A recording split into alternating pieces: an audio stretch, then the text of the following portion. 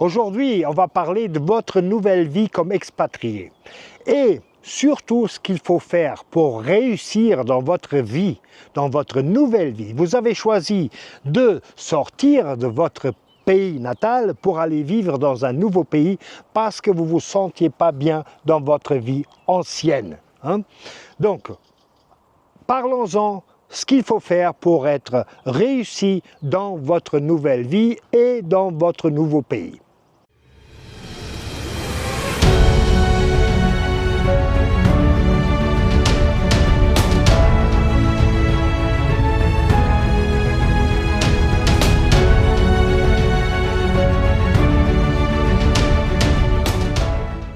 En premier lieu, ce qu'il faut absolument faire, c'est de voir votre nouvelle vie un petit peu comme votre dernière.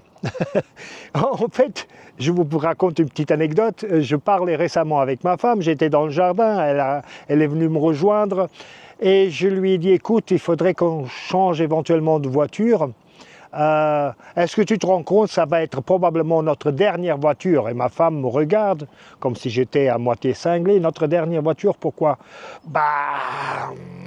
Regarde, Et on a notre petit chihuahua, il a 6 mois. On a un autre qui a 5 ans. Ça va être aussi notre dernier chien. Et là, elle a commencé à comprendre. Et je lui dis, bon, et probablement, ça sera aussi notre dernière maison. Ça, je ne suis pas encore bien sûr, mais bon. En fait, ce que je veux vous dire par ça, c'est que c'est un peu le dernier de tout, le dernier du dernier, ok? Et ce dernier épisode de notre vie, que ça soit 10 ou 20 ou 30 ans qu'on a à vivre, peut-être 40 pour certains d'entre vous, moi certainement pas, mais ces derniers moments, on veut les vivre comme on n'a jamais vécu. Avant, on n'avait pas le temps, il fallait travailler, il fallait donc bosser, manger, dodo. Et le lendemain, la même chose, sauf les week-ends où on n'a pas peut-être lavé la voiture, on a fait les courses. Bon, on a peut-être fait un petit peu des concerts, des théâtres, mais bon, une petite soirée avec des amis. Mais là, maintenant, on a le temps d'en profiter. Donc, il faut en profiter. Et qu'est-ce qu'il faut faire? Voilà, point 1. Avant tout, il est évident, vous êtes dans un nouveau pays, un pays qui a 700-800 km de côte, des plages, des rivières, comme vous voyez derrière moi, et c'est ça. Mais ce n'est pas que ça. Donc, parlons-en de ça, ok? Certainement que la mer va faire partie intégrale de votre vie. Il est évident que vous n'allez pas y passer tous les jours. Peut-être que vous vivez devant la mer et que vous la voyez tous les jours, mais dans le cas normal, la plupart d'entre nous vivent à l'arrière, peut-être une demi-heure de la mer. La mer va en faire partie, peut-être 1 fois par semaine, peut-être 2 fois par semaine, peut-être 3 fois par semaine. On va y aller pour s'allonger dans le sable, pour voir le coucher de soleil, pour aller boire une bière, un café, un thé, un vin, devant le coucher de soleil ou simplement devant la mer, même sous la pluie. Okay? Donc la mer va en faire part et c'est important qu'elle en fasse part parce que c'est quelque chose de très important, comme je l'ai déjà dit dans une autre vidéo, que vous pouvez, je pense, voir ici en haut. Donc, la mer en fera partie, mais ce n'est pas tout. Mais il faut en profiter parce que c'est ça qui va nous donner la force, l'énergie pour continuer à profiter de ce pays magnifique. Après, on a ça, la nature. Maintenant, vous allez me dire, bah oui, la nature, on l'a chez nous aussi. Bien sûr que vous l'avez chez vous, mais vous n'aviez pas le temps de la découvrir parce que la nature, c'est ce qui fait part de notre vie en permanence. Donc, allez se balader. Je ne dis pas faire du sport forcé, je ne dis pas faire du jogging, non, allez se balader. Prendre un vélo, acheter un vélo si vous n'en avez pas, réapprenez à faire du vélo. Moi, j'ai essayé de la réapprendre aussi. Ça a coûté un petit peu, bon, à cause de l'équilibre. Maintenant, ça y est, c'est bon. Donc, prenez les vélos sans faire de la force. Mais il est évident que je ne vous conseille pas de prendre les routes nationales ou les routes normales avec le vélo ici au Portugal. Vous savez, ici au Portugal, les conducteurs ne sont pas encore très respectueux par rapport aux gens de vélo. Mais comme vous voyez ici, vous avez plein de routes dans la nature où on peut faire du vélo, du mountain bike, sans s'efforcer. Donc ça. Et aussi, écoutez, voir les oiseaux, voir la nature, s'asseoir quelque part, lire un livre. Bon, et pour ceux qui sont plus sportifs, bah, ils ont d'autres manières à développer leur capacité dans la nature. Donc la nature devra en faire une part intégrale, même si avant vous en profitiez déjà. Faut continuer encore beaucoup plus parce que vous avez beaucoup plus de temps. Et déjà qu'on parle nature, bon, et faire de la bicyclette et tout ça, parlons des sports. Bon, maintenant, il y a quelques-uns d'entre vous qui vont me dire « Oh, nom de Dieu, ça y est, il commence avec des sports. » Non, je dis simplement d'essayer de développer, si vous avez envie, des nouveaux sports que vous n'avez jamais pratiquer, mais qui vous invite ici. Donc on est à côté de la mer. Dans ce cas-là, je suis à côté d'un lac. Hein. Mais peu importe, tout ce qui a à voir avec l'eau sont des sports nautiques qu'on peut développer dans ce nouveau pays. Écoutez, faites du paddling. Du paddling, c'est pas quelque chose qui est trop coûteux. Il est évident qu'au départ, c'est un peu compliqué parce qu'il faut se mettre debout, machin truc, on s'assoit, après on se met sur les genoux, après on se met aux pieds. On va l'apprendre, mais c'est pas quelque chose qui nous fatigue de trop. Et c'est quelque chose de super agréable parce qu'on est en pleine nature, on est devant la mer, on est peut-être dans la mer et on profite, on respire, vous savez. Et quand vous sortez de ces sports qui ont à voir avec l'eau, avec la mer, vous vous sentez soulagé, vous vous sentez mieux. La vie vous paraît différente, vous voyez. Donc ce genre de sport, c'est certainement très important dans votre nouvelle vie si vous avez envie de les explorer. Mais suivez mon conseil, essayez de le faire. Vous allez voir, vous allez suivre votre chemin justement comme ça. Sinon, il se peut que vous ayez déjà dans votre pays natal fait certaines activités sportives, peut-être des activités moins forcées, yoga, reiki, enfin, ce genre de choses. Bah, faut les continuer. Évidemment, il faut chercher des clubs, des machins, des trucs qui le font, et il faut le faire. Jouer du tennis, jouer au golf, jouer au badminton, ce que vous voulez. Continuez à le faire, ok? Je dis pas de vous en faire de vous des grands sportifs, machin, et faire de la musculation et tout ça. Mais si vous en avez envie, bien sûr, écoutez, vous avez maintenant le temps de le faire. Donc faites-le. Ne vous fermez pas dans vos quatre murs comme vous le faisiez dans votre vie quotidienne avant. Non, profitez de ce changement de vie pour faire une vie nouvelle, complètement nouvelle, et de profiter de vos dernières années. Hein, parce que ce sont, à un moment donné, vos dernières années, justement au maximum. Maintenant, je vais vous surprendre, mais les marchés locaux, quand vous déménagez dans un nouveau pays, comme le Portugal, les marchés locaux, donc les marchés qu'on connaît, des fruits et légumes, des fromages, des fleurs, c'est une vraie aventure, pour différents motifs. Déjà, par rapport au prix. Vous avez des produits frais, parce qu'ils viennent directement de l'agriculteur, donc ils viennent de la terre sur votre table, à des prix qui sont beaucoup moins chers qu'au supermarché. Et pas seulement, vous avez l'avantage d'avoir ces produits moins chers et plus frais, mais aussi vous côtoyez la vie quotidienne de votre nouveau pays. Ça vaut le coup vraiment de s'asseoir dans un café, boire un café portugais, un petit espresso, ou un batanado, ou un galon, donc le lait avec le café, pour simplement observer les gens. Comment est leur attitude, ce qu'ils font, ce qu'ils disent. Comme ça, vous allez commencer aussi à entendre les gens parler. C'est très agréable, ça vous permet de connaître mieux votre nouveau pays, hein, mieux les gens qui vivent dans ce pays, et c'est agréable. Dans la plupart des villes, dépendant de la grandeur de la ville, de la dimension, les marchés sont tous les jours. Donc, moi, je vis sur la Côte d'Argent, et ici à Caldas da Rainha, on a le marché tous les jours. Ça commence 7 h du matin et ça va jusqu'à 1 h. Il y en a quelques-uns qui restent jusqu'à 2 h, mais bon, les heures principales, c'est entre 8 et 1 h, voilà, disons comme ça. Sinon, vous avez aussi le marché aux poissons, qui est la même chose. Ça, évidemment, le marché aux poissons, il ne fonctionne pas le lundi parce que le dimanche, il n'y a pas de pêche. Mais sinon, tous les autres jours, le matin, vous pouvez y aller acheter du poisson frais qui vient vraiment des villes pêcheuses comme Péniche et Nazaré dans mon coin ici, donc sur la Côte d'Argent. Mais en dehors de ça, donc vous avez aussi cette découverte. Vous n'avez pas besoin de le faire tous les jours, mais profitez-en une fois par semaine. Allez-y le samedi, allez-y le dimanche, c'est là où c'est le plus peuplé, c'est là où c'est le plus intéressant. Écoutez, allez-y une fois par semaine, au moins, et comme ça vous découvrez et vous économisez de l'argent. En dehors de cette merveilleuse occasion de connaître aussi la population et comment elle se comporte. En dehors de ces marchés-là, vous avez ce que moi j'appellerais le marché des gitans, qui normalement est une fois par semaine, où vous avez des vêtements, des plantes. Donc dans ce cas-là, ce n'est pas des fruits et légumes, mais des plantes que vous pouvez acheter.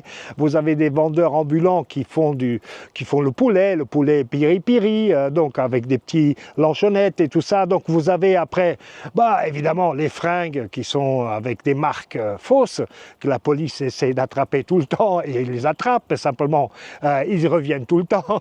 Donc vous avez même ça en dehors de casseroles et vaisselle, enfin il y a un peu de tout. Donc ça, normalement, c'est une fois par semaine. Encore une fois, bien être exploré. On y trouve des fois des choses qu'on ne trouve pas ailleurs, ok? Et mais c'est intéressant, c'est un nouveau moyen, ou un moyen en plus, pour vous adapter, pour profiter de votre nouvelle vie, pour avoir cette joie de vie que vous allez chercher à l'étranger. Après, évidemment, vous avez la découverte du pays. Je pense qu'il est important, quand on s'expatrie, de connaître bien le nouveau pays. Peut-être encore plus important de connaître son pays. Parce que déjà qu'on y vit, et déjà qu'on l'a choisi comme notre nouvelle résidence et notre nouvelle joie de vie, n'est-ce pas? Au moins, j'espère que ça soit comme ça. On veut aussi savoir en quoi consiste ce pays. Au Portugal, vous avez l'avantage que le pays n'est pas très grand. Il est, grosso modo 200 km de largeur et 700-800 km de longueur. Donc on arrive à faire du nord au sud du pays, on arrive à faire le pays en 7 ou 8 heures en voiture. Ça vous donne la possibilité de découvrir tout ce magnifique pays qui est vraiment très différent. La mentalité des gens est complètement différente de région en région. Par exemple, les gens du Nord sont très accueillants, très sympathiques.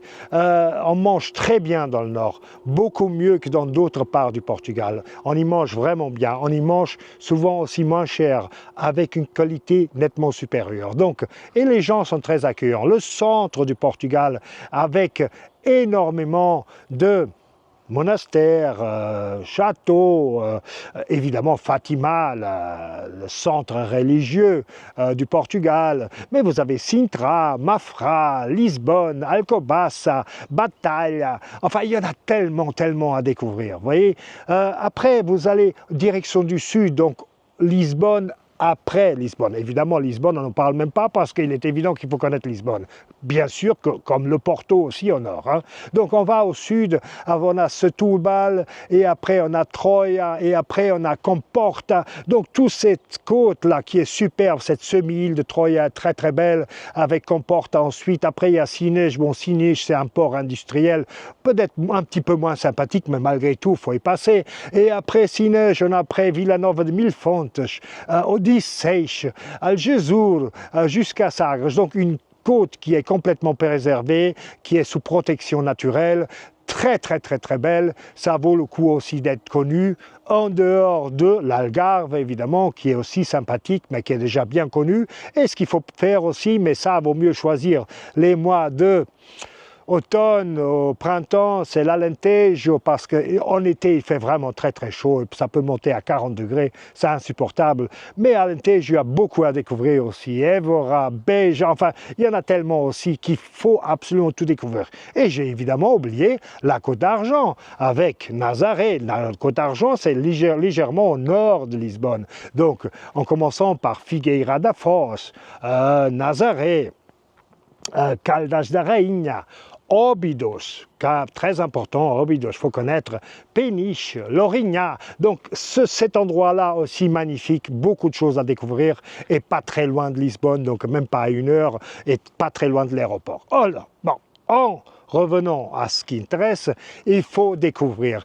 Prenez-vous le temps, au moins une fois par mois, de vous mettre dans la voiture ou dans le train ou dans l'autobus, réservez-vous un B&B, un allogement local, un Airbnb, quelque chose pour une nuit ou 2 nuits, profitez-en. Ah, j'ai oublié au nord aussi, évidemment, le Douro, le fleuve Douro, avec toutes les dégustations de vin, super important, il faut faire aussi. Donc, vous avez de quoi faire pendant beaucoup de mois. Et vous allez aimer, croyez-moi. Et ça continue. Et là encore, une petite anecdote, moi j'habite dans un village assez grand, mais c'est un village.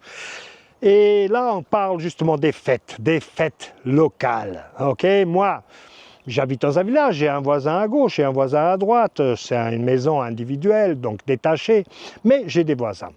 Et les fêtes annuelles, il y en a 2 qui sont grandes, après il y a des plus petites. Dans ce village où j'habite sont à peu près, vol d'oiseau, 100-150 mètres de ma maison. La première fête, elle dure environ 3 jours, donc 2 nuits. La 2 qui est en juillet.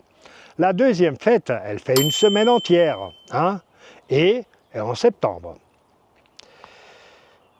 Dans ces fêtes, il y a normalement 2 concerts et un DJ. Donc vous avez normalement une bande locale, de la musique, après une bande déjà un peu plus connue, et après minuit, vous avez le DJ pour les jeunes, ok? Donc discothèque.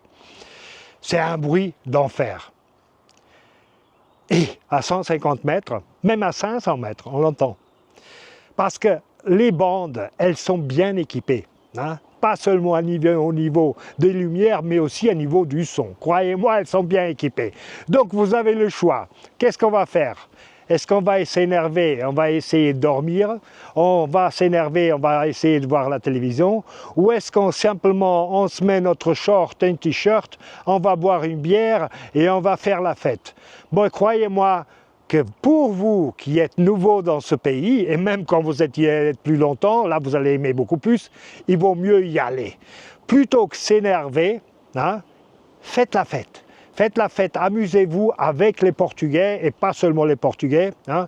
Amusez-vous, buvez 1 bière, 2 bières, 5 bières. Écoutez, si vous ne voulez pas boire de la bière, buvez un coca, une limonade, ça n'intéresse pas. Le principal, ne restez pas dans vos 4 murs, restez avec le peuple, amusez-vous dans votre nouvelle vie, ça vous permettra de connaître les gens dans vos villages, autour, aux alentours ou dans les villes, ok?